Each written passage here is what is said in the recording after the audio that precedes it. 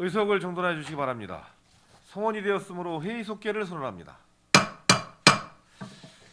계속해서 김영주 의원님 질의해 주시기 바랍니다. 김영주 의원입니다. 재난안전 총괄과에서 국장님으로 승진하신 우리 박상렬 국장님 축하드립니다. 예.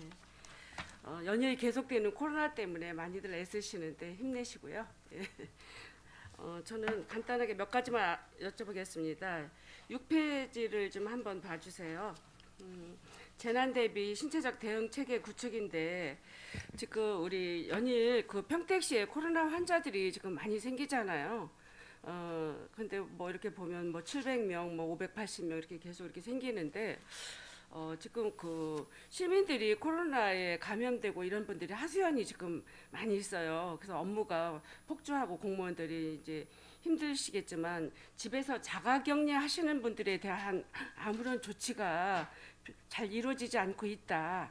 이렇게 얘기를 하시더라고요. 그래서 이걸 어떻게 했으면 좋겠느냐 이제 이렇게 얘기를 해요. 그래서 제가 이제 보건소장님하고도 통화도 해보고 이랬더니 그 업무가 너무 이제 저 공무원들이 이렇게 일이 너무 부닥쳐가지고 그거 아직 공급을 못한다고 하는데 생필품 같은 게 이제 공급이 돼야 되는데 지난번에 5일이 됐는데도 저기 안 온다고 이제 이래요. 이제 이러면서 그러더라고요. 그래서 제가 이제 물어보니까 그 시청에 상황실이 있다며요. 이제 그런데 이게 분담해서 공무원들이 이렇게 해서 해야 되는데 그게 아직 미처 손길이 안 닿아서 그렇다고 하더라고요. 그러면서 이러다 죽으면 어떡하냐 이제 이렇게 얘기를 하거든요. 그래서 그런 대책도 공무원들이 손길이 좀 부족하면 어디 자원봉사자들에도 이렇게 좀 해서 손길을 좀 도움을 받아서 빨리빨리 그 생필품이 공급이 됐으면 하는데 이거에 대한 시급한 대책이 좀 필요할 것 같아요. 네, 그 부분에 대해서는 이제 시민들께서도 많이 염려를 많이 하시고 네, 또 불편을 많이 겪으신 거는 좀 뭐 저희가 책임을 다하지 못한 탓도 예, 있다고 생각을 합니다. 다만 이제 그 확진자분들이 예, 갑자기 지난 12월, 1월에 비해서 갑자기 이제 급증을 하고 있는 그렇죠. 상황이라서 예, 미처 이제 대응을 못한 부분이 좀 많이 있습니다. 그래서 그럼 이제 재택 치료자분들에 대한 그런 키트, 자가 예, 진단용 키트가 제때 전달되지 못하고 해서 지난 이제 서울 연휴 기간 중에도 이제 부득이하게 직원들이 좀 가서 배달을 좀 하고 일부 물품은 택배나 이제 퀵 서비스를 이용해서 예, 전달을 좀 급하게 했습니다. 그래서 그리고 이제 오늘부터 또 많은 이제 방역 방침이 예, 많이 예, 바뀌기 때문에 이제 자가격리자 분들에 대한 이제 관리는 매칭은 이제 좀 안 하고 이제 재택 치료자 분들 예, 이제 60세 이상 어르신들이나 또 기저 질환자 분들 예. 이런 분들 위주로 이제 치료 체계가 좀 많이 바뀌었습니다. 그래서 이제 그런 분들에 대한 관리가 좀 더 수월하고 좀 체계적으로 될 것으로 이제 판단을 하고 있고요. 여태까지 그런 뭐 연락이 안 되는 문제 이런 문제들을 저희 또 콜센터에 이제 교육을 또 보건소에서 시키고 이렇게 했기 때문에 좀 어느 정도 좀 숨통은 좀 트이지 않을까 이제 그렇게 뭐 판단을 하고 있습니다. 자가 격리는 좀 그래도 뭔데 이제 재택 병원도 없고 이제 이래서 집에서 이제 치료한다고 하는데 그리고 또 거기 재택 이게 자가 격리 돼가지고 집에서 이제 치료 받다 나오신 분들도 뭐 그냥 지금 일주일이면 해제되나요? 지금은 이제 예, 7일 예, 7일, 7일 격리하고 7일이요. 바로 해제됩니다. 그러면 뭐 병원에서 어떻게 나와서 뭐 검사해라 뭐 이런 것도 없이 그냥 일주일이면 그냥 나가서 돌아다녀도 된다. 뭐 이런 얘기도 막 해요. 그러면서 이거 그냥 이러고 돌아다녀도 되는가? 이런 생각도 하거든요. 그러면 만약에 집에서 이제 병원 못 가고 집에서 이제 치료 중이시던 분들이 7일이 됐다고 하면 그래도 어느 이제 반응 검사 뭐 이런 걸 본인이 해야 되나요? 아니면 병원에다 무슨 신고를 하고 해야 되는지 그런 체계가 좀 잘 안 잡혔다고 얘기를 하더라고요. 이제 보고 이제 방역 방침에 따르면 네, 이제 확진돼서 재택 치료 예, 분들은 예, 이제 검사한 날로부터 이제 7일간 예, 격리를 하고 예, 7일째 되는 날 이제 바로 검사 없이 예, 이제 해제가 되고요. 다만 이제 같이 가족이나 해서 공동 격리를 하셨던 분들은 예. 해제 전에 검사를 반드시 하도록 그렇게 되어 있습니다. 그래서 왜냐하면은 보건소에 따르면 확진자 분들은 네. 일주일이 지나면 이제 다른 사람한테 전염을 시킬 수 있는 바이러스는 안 나오지만 몸속에 예. 바이러스가 아직 내재되어 있는 상태라서 검사를 하게 되면 양성으로는 나온답니다. 예. 그래서 그렇기 때문에 확진되셨던 분들은 검사 없이 7일이면 해제가 돼 그렇게 체계가 좀 그렇게 돼 있습니다. 그래요. 이게 뭐 이제 우리 사회적으로 우리가 이제 안고 가야 될 일인 것 같은데 만약에 이제 요즘은 옛날에는 뭐 쉬쉬하고 뭐 확진 걸렸다고 해도 이제 비밀로 해주고 이제 이랬는데 요즘은 이제 뭐 나 이렇게 저기 막 재택 치료를 하고 있어 이렇게 본인도 얘기하는데 그런 분들에 대한 그 어떤 대면을 하고 이러려면 좀 희피하고 이제 기피하는 이런 경향들이 좀 있잖아요. 혹시 또 이렇게 감염이 되지 않을까 이런 걱정이라 이런 피해 호소도 하시더라고요. 그렇게 하고 지금 그 물품 전달이 안 돼서 어쨌거나 이제 밖에는 못 나오잖아요. 이제 그래서 그게 빨리 수급이 안 돼서 친구들한테 얘기를 해가지고 집으로 문 앞에다 갖다 놓고 가라 이렇게 해서 지금 먹고 있다 이런 얘기들도 하고 있어요. 그래서 이거는 우리 평택시만의 문제가 아니라 전국이 다 지금 문제가 된 것 같아요. 그래도 공급 체계라든가 이런 게 좀 빨리 좀 이루어질 수 있었으면 좋겠습니다. 네, 시민들 그 불편함이 좀 없도록 예. 저희가 최선을 다하겠습니다. 네. 상이고요. 14페이지 좀 한번 봐주세요. 여기 이제 그 동부와 고속도로 민간 투자 사업 지금 뭐 이제 사업량이 15.77km인데 이게 이제 보상 문제 때문에 굉장히 이렇게 많은 그 말들이 있었는데 지금 이 구간은 보상 추진이 완전히 이제 저기 완료된 거예요? 이게 이 구간이 지금 제가 1구간, 2구간은 알았는데요. 예. 1구간은 이제 평택 쪽입니다. 평택 예. 방향 쪽이고 이게 갈고돼서 이게 지산동까지인가요? 1구간 이게 지금? 지금 도일동 아마 그 절반인데 딱 그 7.5km로 해서 나누는 거고요. 예. 그 송탄 쪽은 예. 지금 보상 통보가 작년 이제 12월 달에 보상 통보가 돼서 예. 전체적으로 한 36%가 지금 이제 보상이 됐습니다. 예. 그래서 아마 지금 저희한테 그 보상 관련돼서 민원이 오는 거는 없습니다. 그래서 아마 보상 금액이 어느 정도 나오지 않았나도 생각이 들고요. 예. 다만 이제 나머지 지금 이제 평택 지역 쪽은 예. 그 보상비가 그 감정 평가사가 주민 추천 평가사 그리고 이제 LH에서 추천한 평가사가 10% 이상이 차이가 나서 예. 이 부분에 대한 거는 이제 그 결국은 국토부에 이제 그 감정 평가에 대한 검증을 요청을 했고요. 예. 이게 검증이 거치면 아마 최종적으로 그 검증이 잘못이 있느냐 없느냐에 대한 부분이 정리가 되면 아마 거기 한 5, 6월 정도에 그 최종 감정 평가를 다시 재감정 평가를 해서 보상이 통보가 될 것으로 그렇게 알고 그리고 있습니다. 이게 지금 이 구간 보상 추진 34% 협의가 완료됐다고 했는데 이게 보니까 작년 7월 기준이거든요. 그러면 지금쯤이면 더 이제 보상 합의가 프로테이지가 좀 더 높아졌을 것 같기도 하는데 이게 만약에 끝까지 보상 협의를 안 보고 버성기구나 뭐 이렇게 이제 버티거나 이렇게 하시는 그 토지주들한테는 이것도 뭐 공적인 일이기 때문에 뭐 이제 강제 보상이래 강제 저기 협의로 이렇게 해서 해야 될 일인가요 이게? 이 부분 이제 여기 보면 7월 기준이 아니고요. 예. 1월 7일 기준입니다. 저 1월 7일 기준. 예, 1월 7일 기준이네요. 예. 네, 그래서 요게 예. 이제 그 우리 공특법에서 예. 만약에 협의가 안 되면 예. 수용 재결 절차를 거쳐서 공탁도 가는 그러한 내용입니다. 공탁으로. 예, 예. 어차피 이게 말도 많고 탈도 많고 마을이 두 개 구간으로 단절되고 굉장히 힘들고 어렵게 했지만 이게 교통 체계 분산을 위해서는 하지 않으면 안 될 일이고 이렇잖아요. 그래도 최소한도 보상 협의를 할 때 끝까지 최선을 다해서 뭐 수용령 뭐 내려서 강제하는 것보다는 그래도 합리적인 합의를 통해서 할 수 있도록 좀 애를 써주시기 바랍니다. 네, 그래서 저희 주민들한테 예, 뭐 사실 그 보상을 받으시면서 기분이 좋으신 분들은 거의 없으신 것 같더라고요. 예, 어쨌든 저희가 최선을 다해서 그 불편이 없고 민원이 없도록 민원에 대한 또 부분은 저희가 최대한 수용을 해서 추진하고 있고요. 아마 이 사업이 빨리 돼야만 지금 이제 평택에 지금 그 도로가 지금 많은 체증으로 인해서 고생이 많으신데 저희가 최대한 빨리 진행이 될 수 있도록 그렇게 추진하겠습니다. 네, 그렇게 좀 해주시고요.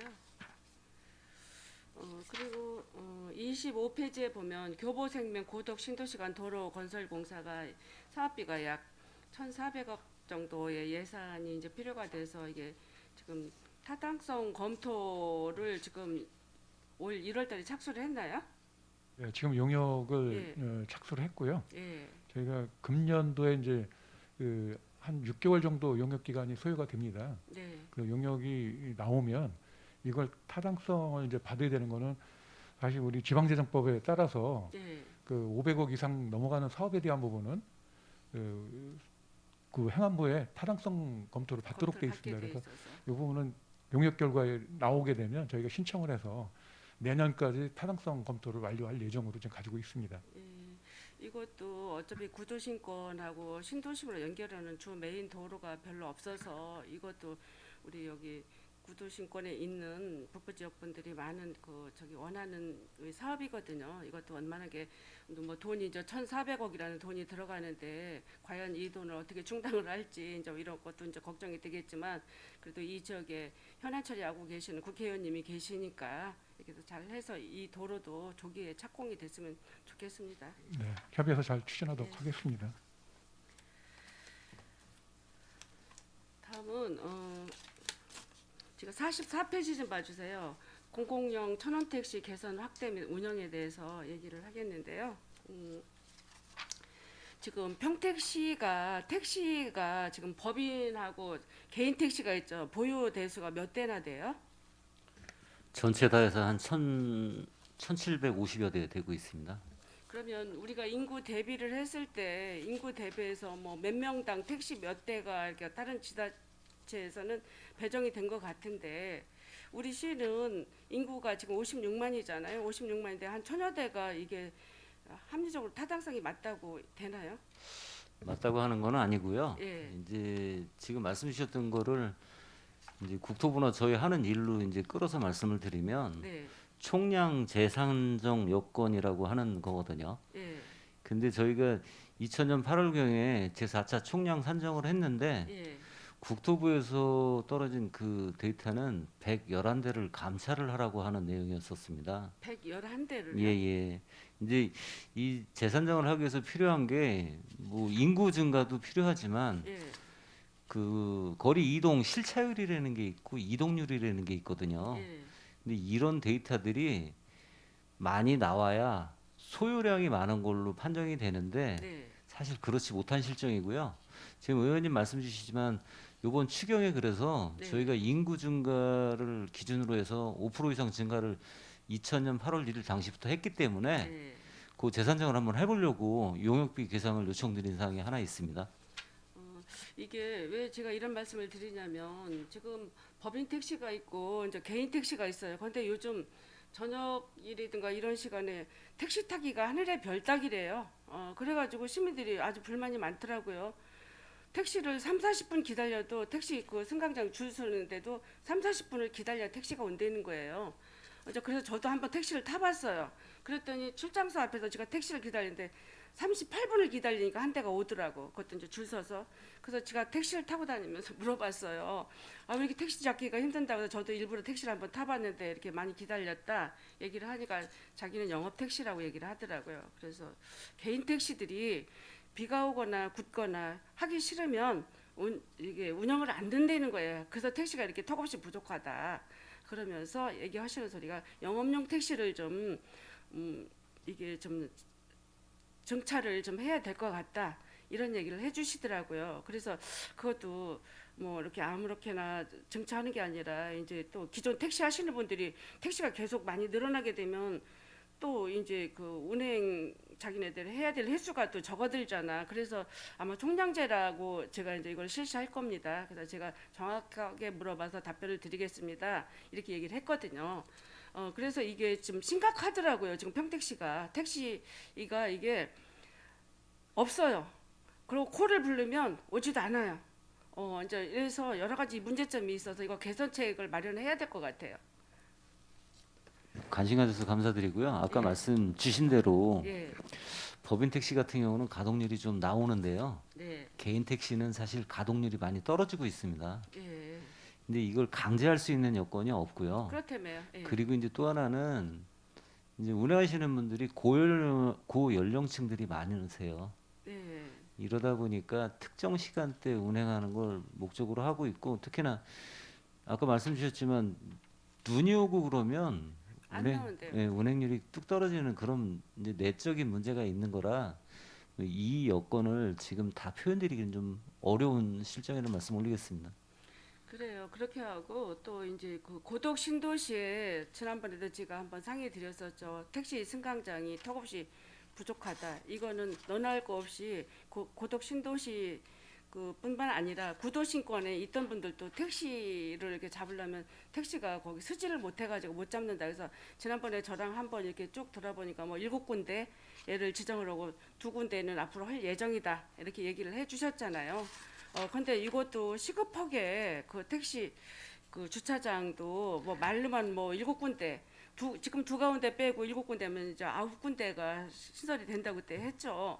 그 택시 그 조합의 그 회장님하고 제가 이제 통화해서 지난번에 그 우리 담당 과장님하고 제가 이제 했을 때도 이랬는데 이것도 굉장히 시급한 것 같아요. 그래서 이거 뭐 도로가 뭐 2차선인데 한 차선을 막고 택시가 이렇게 정차하게 되면 또 이제 교통 흐름이 이제 막아져서 이런다고 하는데 지금 여기 출장소 앞에 같은 데도 택시 승강장이 별로 없잖아요. 그럼 도로 한쪽을 막아놓고 거기다 택시 승강장이라는 지정 저 편말을 해놓고 이제 택시를 그렇게 했잖아요. 그러면 임시 방편이라도 교통의 흐름이 좀 그렇더라도 고덕 신도시 쪽도 그런 그 설치할 수 있는 방안을 마련해야 될 것 같아요. 아우성이에요. 택시 승강장이 없다고, 그리고 탈수가 없다고 거기도. 저희가 먼저 행감 때도 이제 말씀을 주셨던 부분들이신데요. 예, 전체 지금 현재 운영되고 있는 건 의원님 말씀드리는 대로 지금 3개는 설치돼 있고 예, 저희가 9군데를 그 경찰서 교통안전협의회 심의를 요청했었는데요. 네, 한 군데 이제 저쪽 삼성전자 이쪽 상가 쪽으로 예, 그쪽에 이제 하나 승인이 된 상태라 뭐 지난 연말에 이제 다른 의원님들도 말씀이 있으셨지만 시설물 인계를 안 받았다 하더라도 저희가 필요 여건을 갖는다고 하면 저희가 거꾸로 LH에 요청을 해서라도 네, 해보려고 지금 진행을 하고 있습니다. 그리고 지난 12월에 그 이제 승인된 곳은 네, 날 풀리면 바로 한 군데 우선 설치하도록 할 겁니다. 근데 이제 아무데나 설치할 수 있는 게 아니기 때문에 그렇죠. 예. 저희가 조합 관계자분들하고도 현장을 다 다니고 있지만 그분들이 보는 이제 필요하다고 하는 그 위치 이런 여건들을 아까 말씀드린 대로 다 요청을 했었는데 네. 사실 지금 경찰서나 소방서에서 협의되는 거 보면 안전 아까 이제 그렇죠. 안전 문제죠. 의원님께서 말씀 주셨지만 안전이라고 하는 그 여건을 선행해서 확보하지 못하면 그 여건에 대한 충족성을 인정해주지 않고 있습니다. 그런 부분들은 저희가 실무 여건에서 다가가면서 해소하도록 노력하겠습니다. 그래요. 지금 앞으로 2군데가 됐고 한 군데 신설 예정이고 또 나머지 군데가 그 지점이 있죠. 그거 그 지점 정리된 거를 우리 산업건설위원회 그 우리 의원님들한테 좀 거기 지정된 그 택시 승강장 앞으로 생길 예정지 그거를 좀 자료 좀 주셨으면 좋겠어요. 고독에 진행되는 사항은 포인트 네. 찍어서 다시 한번 말씀 올리겠습니다. 예, 그렇게 좀 해주시고요. 그리고 한 가지 더 우리 그 대리운전은 어디에서 관리하고 있어요? 대리운전 혹시 대리운전은 자율업입니다. 예? 자율업입니다. 자유업이에요? 예. 특별히 아. 관리하는 우리 부서는 허가 없는 같은 것으로 게 알고 뭐 있습니다. 이런 건 없어요? 예, 그런 거는 왜냐면 대리 그 운전도 지금 이제 택시가 없다 보면 막 이제 어느 때는 대리도 부르고 이제 이러는데 금액이 시간이 갈수록 분이 갈수록 올라간다 이게 있어요. 뭐 어디까지 가는데 15,000원이다 이제 했는데 영 안 나온다고 그러고 그러니까 지금 없어서 한 2만 원 주면은 올 것 같다고 이렇게 얘기가 되더라고요. 그래서 이거 문제점 개선을 좀 시에서 어떻게 해줘야 되는 거 아니냐. 그래서 또 시간이 걸리면 또 10,000원을 더 달라고 한대요. 이제 이래서 이런 점도 개선점이 있어서 좀 그 시민들이 불편을 호소를 하는데 제가 우리 시에 그 관할하는 부서가 있으면 제가 얘기를 드리겠습니다. 이렇게 얘기를 했는데 이런 것도 원만하게 해결될 수 있도록 오늘 문제도 이것도 해결도 좀 해야 될 것 같아서 제가 여쭤본 사항입니다. 예.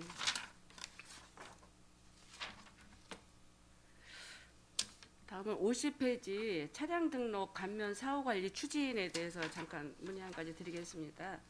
여기 이제 차량 취득 감면을 통한 장애인 활동 및 출산 양육 지원이라고 얘기를 여기 했어요. 근데 장애인 및 국가유공자는 감면이 전액 감면이 되고 다자녀는 18세 미만의 자녀 3명 이상 양육한 자한테 이게 이제 140만 원에 이제 이거를 한다고 금액에 이게 85%라는 게 그러면 140만 원이라는 산출 근거는 어떻게 나온 거예요? 그거는 규정에 네. 이렇게 돼 있는 겁니다. 규정이 규정에, 이렇게 예, 돼 있어요. 예. 그렇게 여기에 보면 출산 양육 지원 이거는 뭐 장애인들에 대한 출산 양육 지원이 되는 건가요? 아니면 그래서 이게 좀 이해가 안 가서 이거에 대한 설명 좀 부탁드릴게요.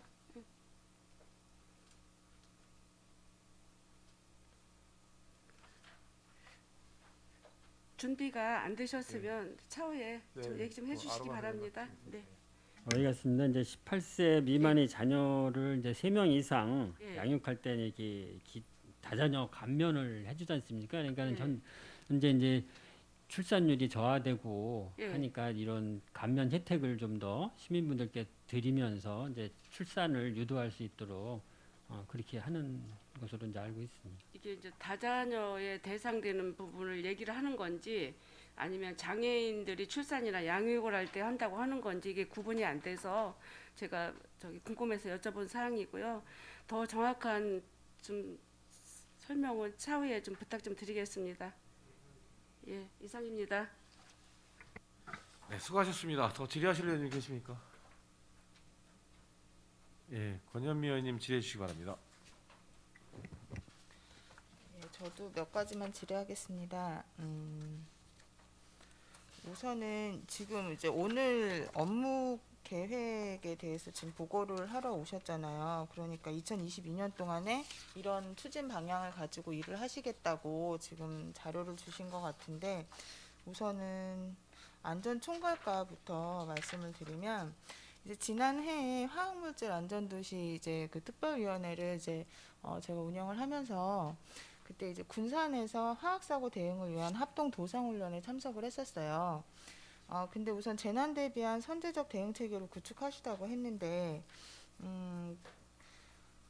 그러니까 어떻게 보면은 지난번에 청북에서 물류센터에서 그 화재가 났을 때 소방관 3명이 돌아가신 것도 그 화학사고로 일종으로도 볼 수가 있거든요. 그 당시에 이제 지식해서 돌아가셨을 수도 있고 현장에서 어떤 화학물질의 그 연소로 인해서 그렇게 더 많은 희생자가 생겼을 수도 있는 부분이라서 그런 부분이나 그리고 이제 화학사고가 이제 작년에도 한 2-3건 정도 있었고 그리고 이제 최근 이제 그 도시계획과에서 계속 이제 이야기가 되어지고 있는 페인트 가게에 대한 부분에 대해서도 제가 이제 국장님께 계속 말씀을 드렸어요. 그 부분에 대해서 시 차원에서 어떤 안전에 대한 대응이나 혹은 교육이나 어떤 그런 관리에 대한 부분이 필요하다고 계속 말씀을 드렸는데 지금 이번에 올해에도 지금 업무 계획을 가지고 오셨는데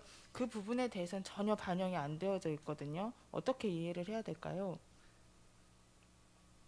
네, 지난해에도 이제 그 투기 활동을 이렇게 하시면서 이제 많은 말씀을 주시고 이렇게 하셨습니다. 그래서 즉시 이제 반영할 수 있는 것들은 했고 그다음에 이제 매뉴얼 저희가 이제 각 재난에 따른 그 매뉴얼을 좀 정비를 해서 관리를 또 하고 있습니다. 그래서 또한 이제 화학 사고 관련해서 저희가 이제 시민 안전보험을 가입을 하고 있는데 금년에도 이제 4월 1일부터 새로 이제 가입을 하게 됩니다. 그래서 그 부분에 대해서는 저희도 이제 지금 이제 현재까지는 가스 중독에 대한 그런 보험 이제 사례 그것만 있고 지원만 있고 그래서 그거를 폭넓게 해서 이제 유독성 가스 중독 사고까지 이제 포함을 시켜서 폭을 좀 넓게 하려고 하고 있고요. 그리고 이제 안전에 대한 이제 화학 사고 안전에 대한 문제를 저희가 딱히 이런 것입니다 하고도 딱히 이게 제시를 하기는 좀 어려운 점이 좀 있지 않나 생각을 하고요. 다만 근데 소대도 이제 말씀드렸지만 이제 중대재해처벌법이 이제 시행이 되면서 모든 재해들에 대한 책임 소재가 중해지고 명확하게 따져야 되는 상황이기 때문에 그런 부분에 각 부서에서 관리하고 있는 시설이나 뭐 공공에서 추진하는 사업이나 이런 현장에 대해서 그런 사고를 미연에 방지할 수 있도록 이제 총괄 부서에서 각 시설 관리 부서로 하여금 그런 점검 계획과 그런 계획들을 2월 중에 다 수립을 하도록 그렇게 하고 있습니다. 그래서 부서에서 다 계획이 수립이 되면 3월부터는 계획이 잘 이행이 되는지 계속 점검을 해 나갈 거고요. 저희 내부적으로도 이제 한 분기별로 그 추진 사항에 대해서 보고회를 갖고 점검을 그렇게 해 나가도록 그렇게 하겠습니다.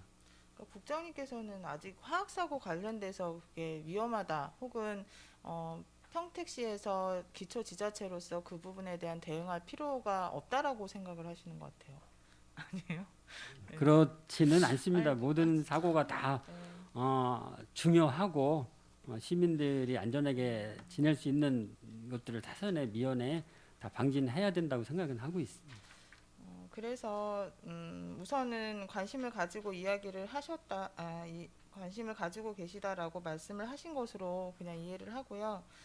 재난 대비 선제적 대응 체계를 구축하는 데 있어서 화학 사고도 한 부분으로 저는 이제 평택시가 받아들여야 된다라고 생각을 합니다. 왜냐하면 계속해서 수치상으로 이제 환경 지도과에서 이 부분에 대해서 논의를 해요. 근데 환경 지도과 그 분들하고 소통을 할 때 이야기를 하시는 부분은 그거예요.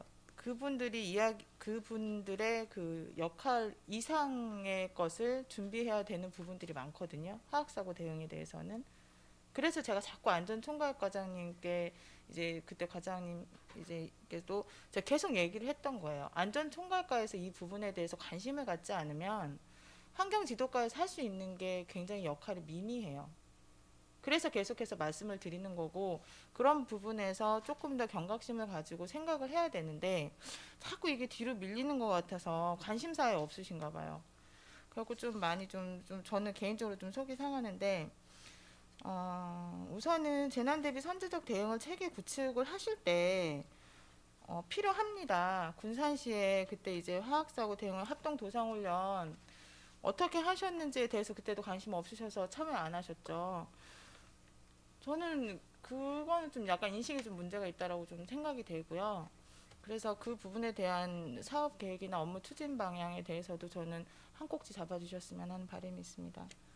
네, 말씀 잘 하고 대비를 철저히 하도록 하겠습니다. 네, 연결해서 10페이지에 보면은요. 민방위 교육 훈련 및 시설 장비 관리 효율화에 대한 부분이 있는데 화생방용 방독면을 보급하시겠다고 했어요. 그러면은 지난번에 화학사고가 일어났을 때 방독면을 환경지도과에서 요청을 했죠. 근데 민방위용이라서 지급할 수 없습니다. 그래서 담당 직원이 그냥 갔어요. 그쵸? 그러면은 이번에 혹시 또 화학사고 일어났을 경우에 방독면을 요청하면 이거는 지급해도 되는 방독면입니까? 네, 그때 당시 이제 후에 저도 이제 보고를 받아서 이제 얘기는 들었는데요. 그때 이제 아마 진짜 말씀 주신 대로 환경지도과에서 방독면을 요청을 했는데 뭐 지급을 못한 상황이 있었던 것 같습니다. 그래서 근데 이제 일반 저희가 이제 보급하는 방독면은 제가 알기로는 이제 일반 방독면이기 때문에 잠시 이제 응급 조치를 할 때 그 장소를 이제 피하기 위한 그런 방독면이기 때문에 그런 화학사고에 대비해서 그 현장에 투입이 돼서 조사를 하고 이렇게 하기에는 이 일반 방독면은 좀 적합하지 않은 것으로 제가 이제 그렇게 들어서 이제 그렇게 알고 있습니다. 그래서 그 부분은 별도의 그런 방독면이나 이런 장비들이 좀 필요하지 않을까 생각을 합니다. 그래서 제가 여쭤보는 데는 이유가 있겠죠. 어떻게 하실 거예요? 네. 네. 제가 방독면 종류에 대해서는 잘 몰라서 그냥 이렇게 두실 건지. 저 1년 동안 그렇게 막 외쳤는데 별거 다 한 것 같은데 이렇게 그 담당하셨던 우리 국장님께서 이렇게 대답을 해주시니까 제가 정말 체온이 올라가고 있습니다. 네. 어떻게 이해를 해야 될까요? 네. 알겠습니다. 그 부분은 하여튼 말씀 주신 대로 우리 환경지도과랑 좀 한번 상의해서 일부 뭐 그런 화학사고에 대비한 방독면을 구입할 수 있는 방안도 한번 꼭 마련해서 이렇게 실행을 할 수 있도록 하겠습니다. 2022년도에 가능한 건가요? 아니면 2022년도에는 화학사고 안 일어나나요? 꼭 확보하도록 그렇게 좀 노력을 하겠습니다. 출동 안 해도 되는 게 가장 좋죠. 예, 예, 근데 물론입니다. 예, 물론 그렇기는 한데 우선은 제가 생각하는 건 그래요. 우선은 평택시가 이제는 전과 다른 이상과 그리고 전과 다른 현실에 있다고 생각을 합니다. 더 많은 시민들이 안전에 대한 요구들이 커지고 있고요. 그 부분의 한 축이라고 생각을 해서 계속해서 말씀드리는 겁니다. 필요한 장비라고 이제 상의해서 하면 뭐 추경이라도 예산을 반영해서 그 필요한 양을 안전에 대한 구입하도록 부분은 하겠습니다. 좀 과한 거는 아닌 것 같아요. 안전에 대한 거는 좀 과해도 된다라고 생각하는 부분들이 좀 있고요.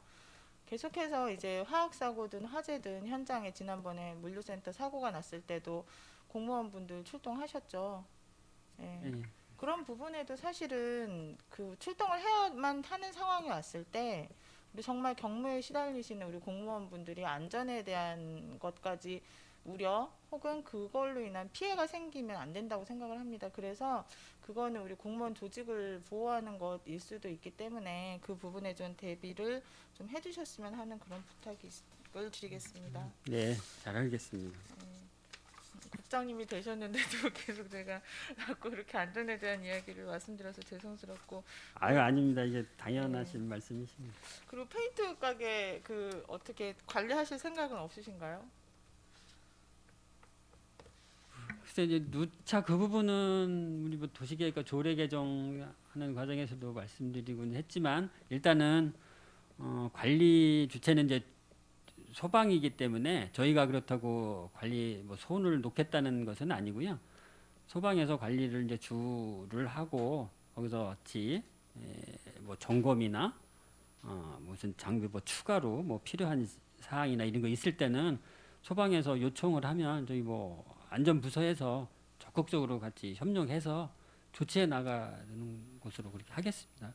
우선은 이제 소방서하고의 긴밀한 협조나 그런 체계들이 좀 필요할 것 같고요. 그리고 우리 평택 시내 안에 있는 페인트 가게가 그렇게 많지는 않으니까 그 페인트 가게에서 뭐 이렇게 뭐 그 처리하고 있는 양이나 화학 물질의 그런 정도 정보는 좀 공유를 하고 좀 자료를 또 데이터 같은 걸 좀 가지고 있을 필요는 있다고 생각을 합니다. 예, 알겠습니다. 저희 뭐 평택 소방서나 송탄 소방서하고 다 이 커뮤니케이션, 유통 다 소통이 잘 되고 있기 때문에 그런 뭐 불통으로 인한 그런 문제는 없을 것으로 판단하고 있습니다. 네, 우리 안전총괄과장님께서 새로 또 오셨으니까 또 잘 맡아서 해주실 것이라고 믿겠습니다. 25페이지에 보면은요, 이제 교보생명이랑 고덕 신도시간 고로 건설공사가 있는데요. 이게 이번에 이제 보니까 대통령 공약까지 됐더라고요. 그래서 이제 아까 우리 김영주 의원님께서도 잠깐 말씀하셨지만 공약까지 된 상황이니까 아마 추진하는 데 있어서 정말 이제 어려움이 없을 것이다라는 생각과 기대를 가지고요. 준비하시는 데 있어서 어려움 없이 잘 준비해 주셨으면 하는 생각이 있습니다. 네, 알겠습니다. 그리고 26페이지에 보니까 이제 간선 도로망을 확충하겠다라고 했는데 지난번에 버스 그 관련해 가지고 용역을 했을 때 그 전체적인 지도 평택시의 지도를 보니까 그 이제 뭐라 그러죠? 세 개의 권역별의 그 연결 도로망이 많이 부족하다라고 느꼈거든요. 그러니까 이 간선 도로망이라고 하는 부분이 그 권역을 연결하는 도로망인 거죠. 네, 그렇습니다. 그러면은 지금 여기에 주요 사업 현황으로 나와 있는 이 부분 정도만 하면 이 세 개의 권역이 하나로 묶어지는데 어려움이 없는 거예요? 그렇진 않고요. 지금 그 권역별로 연결시키는 것들은 사실 그 전체가 연결시키려면 이 도로보다 더 필요한 도로들이 많습니다. 이 부분은 이제 저희 계획상에 나와 있는 부분들을 지금 연결시켰고요. 사실 그 지금 말씀하시는 거는 도로망 그 계획에 작년도에 수립한 도로망 계획에 저희가 환산망을 구축할 수 있도록 작년에 만들어 놨는데 그거에 따라서 저희 하나하나 지금 추진해 나가는 그런 사업들입니다. 그러니까 이 평택시라고 하는 게 어떤 그 세 개의 지자체가 묶여서 아직까지도 저는 하나가 되지 못하고 있다라고 생각하는 부분이 있는데 그 중에 하나의 원인이 사실은 이 간선도로망이다라는 생각도 들어요. 별로 연결되는 부분이 없어서 저도 차로 뭐 서부 쪽 가거나 이럴 때는 좀 많이 불편함을 느끼거든요. 그래서 그런 부분은 우리 그러니까 제가 뭐 어제도 말씀을 드렸지만 우리 과장님이나 국장님들께서는 그리고 우리 소장님께서는 어떤 업무 행정의 방향성을 제시하시는 분이시니까 큰 그림을 가지고 자꾸 제시해 주시고 전문가적인 의견을 말씀을 해 주시는 것이 저는 옳다고 생각을 합니다. 그래서 그런 방향으로 간선도로망을 확충을 할 때도 평택시의 전체적인 그림을 가지고 좀 많이 제시를 해 주셨으면 좋겠습니다. 네, 알겠습니다. 잘 진행을 시켜 주셨으면 좋겠고요. 그리고 33페이지에 잠깐 보겠습니다. 갓길 정비 사업을 연차별로 추진하신다고 하셨는데 우선은 그 작년에 기본 그 교통 용역인가요? 그 기본 용역? 교통에 대한 기본 용역을 그 이렇게 굉장히 많은 자료를 가지고 비싼 용역 하셨잖아요. 그래서 그 결과지를 제가 보고서를 받은 기억이 있는데 그 안에서도 갓길 정비 사업에 대한 내용들이 좀 있었던 것 같아요. 어떻게 과장님 확인은 좀 해보셨어요? 보고서? 도로 관리과 교통에 같은데. 관한 네. 용역은 교통행정과에서 한 걸로 알고 있고요. 교통행정과만 하고 그럼 다른 부서에서는 안 네, 저희들도 보셨어요? 같이 이거를 네. 검토를 하고 그랬는데요. 예, 근데 거기서는 뭐 큰 조그만 이런 사업에 대해서는 여기 세부 검토는 아니고 전체적인 기본 방향만 이렇게 한 걸 알고 있습니다. 기본 방향 치고는 그래도 그런 부분들이 좀 나왔거든요. 그러니까 지금 도시 지역 내 보행 공간이 없는 폭 10m 이상의 이면도로, 농촌 지역 내 보행 공간이 없는 학교 주변, 마을 진입로 이런 것들이 지금 우선순위 선정 기준에 나와 있는데 그러니까 제 지역구에도 사실 이런 곳이 있어서 제가 누차 말씀을 드렸어요. 대안이 필요하다고. 근데 도시 지역 내에도 구도심 같은 경우 굉장히 이런 아까도 우리 의원님께서 또 지적을 한 번 또 하셨지만 인도가 없어요. 인도가 없고 차는 쌩쌩 달리고 바로 옆에 노인정 있고 이거 계속해서 뭔가 법적인 뭐 문제가 해결되지 않기 때문에 계속 이렇게 손 놓고 있으면 안 되거든요. 근데 좀 너무 무기력하신 것 같아요. 우리 행정이. 이거 빨리 좀 어떻게 좀 이거- 의원님께서 얘기하시는 송탄 지역에 대해서 얘기하신 거는 제가 이제 송출 건설도시과하고 협의해가고 그쪽에서 이제 방안을 좀 강구하라고 좀 얘기 좀 했고요. 저희도 얘기를 1년 넘게 하시잖아요. 그래서 제가 지금 말씀 다시 아니 또 거기서 드리는 이제 거죠. 저기 실질적으로 송출해서 추진할 겁니다. 근데 이제 거기서 이제 금방은 못 하고 거기도 이제 방안을 부색 중으로 알고 있고요. 제가 이제 이런 게 이제 보도가 필요해서 이제 저도 구도심 같은데 많이 다녀봤는데 참 현실적으로 어려운 게 좀 많습니다. 그래서 좋은 방법을 저도 한번 찾아보고 있습니다. 예, 요거 갓길 정비 사업도 연차별 추진하시는 거 많이 좀 고민을 해주셔서 걷는 것이 우선은 좋아야 되거든요. 걸을 때 좋은 도시가 되어야지 맞는 거다라고 생각을 하니까 이 사업에 대해서는 올 한 해 조금 더 우선순위도 우선순위지만 직접 한번 다녀보시고 불편함을 느끼고 이용객이 많다, 다니는 분들이 많다 그러면 좀 많이 확대를 해서 사업이 진행이 되어지는 것이 우선순위라고 생각을 합니다. 네, 잘 조사해갖고 필요한 곳에 가능하면은 좀 많이 하도록 하겠습니다. 그 교통 용역이요. 지난번에 했던 그 교통 용역 굉장히 양이 방대했거든요. 그거 그때 용역 그 보고회 할 때도 끝나고 나서 그 얘기를 했어요. 전문가 분들께서도 카드를 만들어서 어떤 식으로 활용할 것인지에 대해서 분석하는 과정이 필요하다라고 얘기를 했는데 지금 말씀을 들어보니까 전혀 그 용역 끝나고 나서 확인들 하셨나요? 이게 아마 지금 도 승인을 받아야 되는 상황이라 아마 도 승인까지 완전 받고 난 다음에 각 실과소에 배부가 될 겁니다. 아, 승인 받은 다음에 공부하실 거예요? 예, 뭐 승인 받는 과정에서 또 뭐 조금 뭐 바뀌는 내용이 있거나 이렇게 되면 또 바꿔야 되는 게 있기 때문에 그 후에 좀 한 2월 한 이번 달이나 늦으면 다음 달 정도 이제 도승인이 언제 나는데요?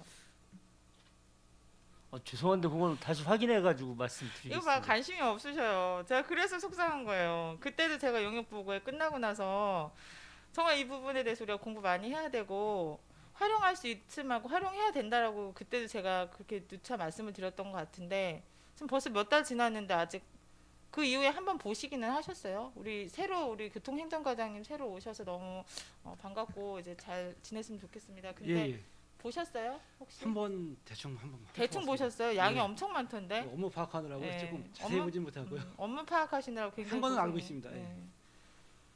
그냥 용역하고 나서 그거 쓰고서 버리시면 안 돼요. 용역 알겠습니다. 그게 예. 10억짜리였죠. 예, 저 10억이 어떻게 활용되는지 정말 끝까지 확인할 겁니다. 네. 알겠습니다. 예. 그 10억 그짜리 용역 확인하시고 어떻게 일할 것인지 제대로 계획에 잡아서 업무 보고 때 해주셨어야죠. 저 살짝 좀 기대를 하고 왔는데 각 부서마다 그게 전 지금 반영 안 됐다라고 보거든요. 그래서 좀 이거 좀 문제가 있다. 네. 그래서 좀 빠른 시일 내에 우리 관련 우리 과장님들께서 보고서를 통해서 용역 결과를 통해서 어떤 방향으로 평택시의 대중교통과 그리고 도로 환경과 교통 행정들을 어떻게 계획을 하셔야 되는지 우리 과장님들 머릿속에 있어야죠. 그 머릿속에 없으니까 지금 그냥 용역은 용역대로 아니 행감은 아니라서 이런 얘기 자꾸 하면 안 되지만 예, 그런 생각이 좀 듭니다. 그래서 그거 좀 빠른 시일 안에 카드화 시키고 업무 분담하셔서 계획 안에 들어갔으면 하는 바람이 있습니다. 42페이지에 보면 효율적인 버스 노선 개편을 추진하신다라고 했는데 이것도 지금 사실은 제가 계속 얘기하는 거는 방향성이잖아요. 대중교통과에서 버스 관련해서 혹은 택시도 지금 아까 얘기를 하셨는데 가장 중요한 건 저는 효율성보다는 질인 것 같아요. 질. 대중교통의 질이 굉장히 중요하거든요. 서비스 개선이나. 그러기 위해서는 시스템을 바꿔야 된다라고 생각을 합니다. 우선 대중교통이 이렇게 서비스의 질이 낮다라는 건 시스템이 잘못된 거예요. 근데 그 부분에 대한 고민이나 계획은 하나도 담겨져 있지 않아서 우리 과장님 생각은 어떠신지? 질이라고 이제 말씀 주신 부분에 대해서는 굉장히 공감을 하고 있습니다. 그래서 저희도 자체적으로 운수사하고 뭐 자체적으로도 하는 것도 있고 운수사에서 하는 것도 있고 노력을 많이 하는데 사실 성과가 미미합니다. 그 요인 중에 하나가 맨투맨이라고 하는 여건을 저희가 다 갖지 못하는 부분이 있거든요. 그래서 자꾸 회사를 독려하고 운수종사자한테 벌을 주고 저희가 확인하기 위한 모니터링을 강화하고 그리고 시민 모니터란 집단을 활용해서 현장 점검을 하고 캠페인을 하고 현실화할 수 있는 여건들을 많이 갖고 있는데 사실 다 집약은 안 되고 있는 것 같습니다. 더 노력하도록 하겠습니다. 그러니까 사실 그러니까 제가 계속 시스템이 잘못됐다라고 얘기를 하는 건 버스 관련해서도 그렇게 기사님들이 난폭한 운전을 하시고 막 그 고객분들이 앉기도 전에 출발하시고 거기엔 이유가 있잖아요.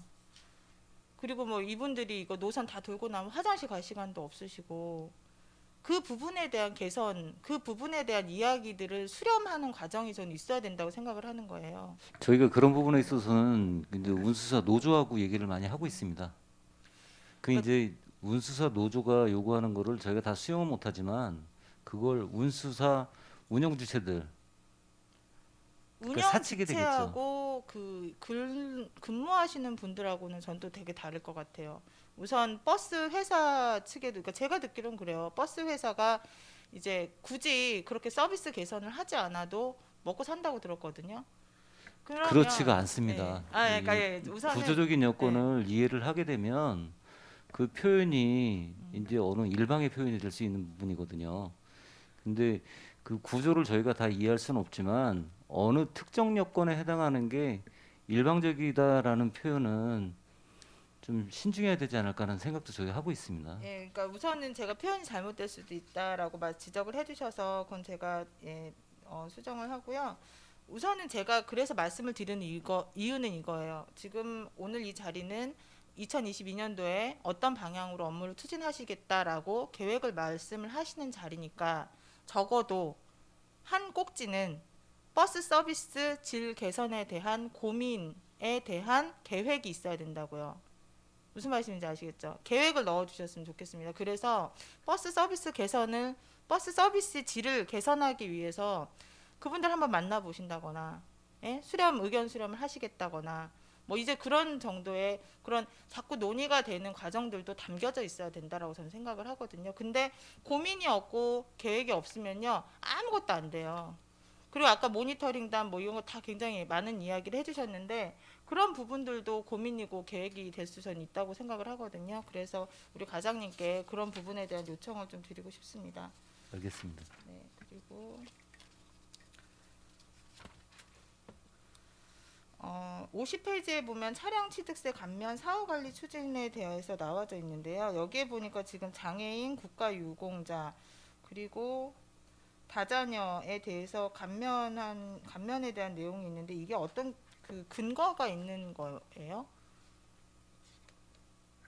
예, 저기 지방세법에 나열되어 있는 사항들입니다. 아, 지방세 법에 나와 있는 근거가 이렇게 취득세 만들어져 있는 감면에 대한 취득세 감면에 대한 예, 이런 부분들이 있나요? 그러면은 뭐 조례나 뭐 그런 것들은 없고 그냥 지방세법에 대해서 근거해서만 이렇게 돼 있는 거예요? 예, 그렇습니다. 아, 예, 알겠습니다. 이거는 무슨 이게 좀 그 취득세를 감면을 해줘야 되는 대상이 비단 여기만 있을 것 같지는 않은데라는 생각이 들어서, 그러니까 굉장히 요즘 너무 어려워서 다들 어려운 상황에 처해 있어서 이런 것들은 어떻게 되는지 근거가 조금 궁금했습니다. 그리고 이제 마지막으로 드리고 싶은 말씀은 52페이지에 보니까 지금 기구 및 현황에 대해서 나와 있어요. 근데 이제 제가 이야기를 듣기로는 최근에 이제 업무가 지금 다들 좀 보직도 좀 바뀌시고 그게 이제 우리 국과장님뿐이 아니라 아래에서도 9급, 8급 우리 직원분들도 업무가 많이 변경이 됐잖아요. 그렇죠? 어떻게 여기 부서도 그렇지 않나요? 9급들이나 뭐 8급 우리 공무원분들 많이 이렇게 뭐 이동이 좀 있었나요? 저희 국은 그래도 뭐 그렇게 많은 인원이 이동은 하지는 않은 편입니다. 그래서 다만 이제 결혼이 계속 유지가 되다 보니까 좀 그런 부분은 좀 어려운 점은 좀 있습니다. 근데 그 결혼이 생기는 이유가 그 업무를 충분히 익히지 않은 상황에서 새로운 업무에 투입이 되니까 그거에 대한 부담감 때문에 이렇게 그러니까 일을 그만두시는 사례가 굉장히 많다는 이야기를 들었거든요. 이제 뭐 이건 이제 시 전체적인 상황으로 이제 판단을 알고는 있는데요. 전 인사 때 이제 각 부서에 결혼 없이 다 이제 충원을 이제 인사부서에서 다 했습니다. 했는데 이제 불과 몇 개월 사이에 이렇게 또 결혼이 생긴 것은 그간에 뭐 여러 가지 사유로 인해서 휴직이나 뭐 병과 아니는 퇴직을 한 그런 사례들이 좀 있는 것 같습니다. 그래서 여러 가지 이제 상황들이 현재 행정적으로 어려운 점이 있다 보니까 그런 부분이 뭐 100% 반영이 안 됐다고는 할 수는 없겠지만 결혼 그런 발생 요인들이 좀 생기는 것 같습니다. 그러니까 결혼이 생겼을 때 좀 인사가 만사라고 하잖아요. 그건 뭐 정부한테만 적용되는 말은 아닌 것 같습니다. 근데 이게 결혼이 생겼을 때 뭐 임신, 출산 뭐 이런 것들은 정말 어쩔 수 없는 거고요. 근데 새로 일을 시작한 지 얼마 되지 않은 그런 뭐 그런 이제 좀 일을 시작할 것 같은 한 10개월 정도 일을 했는데 뭐 갑자기 아프다, 뭐 문제가 생겼다 그래서 이게 결혼이 그것이 원인이 됐을 때 그 부분에 대해서는 저는 우리 국과장님들께서 충분히 관심을 가지고 신경을 쓰셔야 되는 부분이라고 생각을 하거든요. 이게 자칫 잘못하면 사람이 아니라 이게 공무원분들을 무슨 이렇게 뭐 장기판의 말 혹은 뭐 바둑판의 돌 정도로 생각을 해서 여기에 계신 분을 여기다 갖다 끼워놓고 저기에 계신 분 여기다 갖다 끼워놓고 우리 됐어라고 얘기를 할 수도 있는 부분이기 때문에 그런 일들이 발생할 수 있다라는 거예요.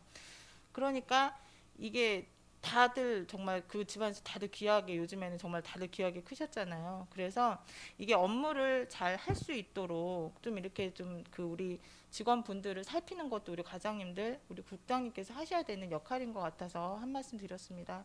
예, 그래서 맞는 이게, 말씀이시고요.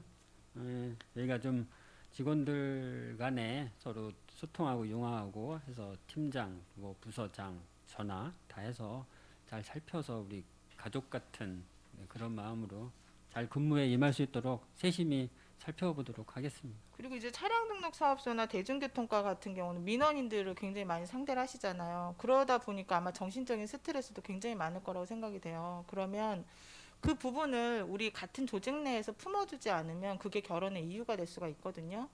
그러니까 좀 이렇게 격한 업무, 힘든 업무를 가지고 계신 분들일수록 그 조직 내의 팀 문화가 굉장히 좀 중요할 것 같고요.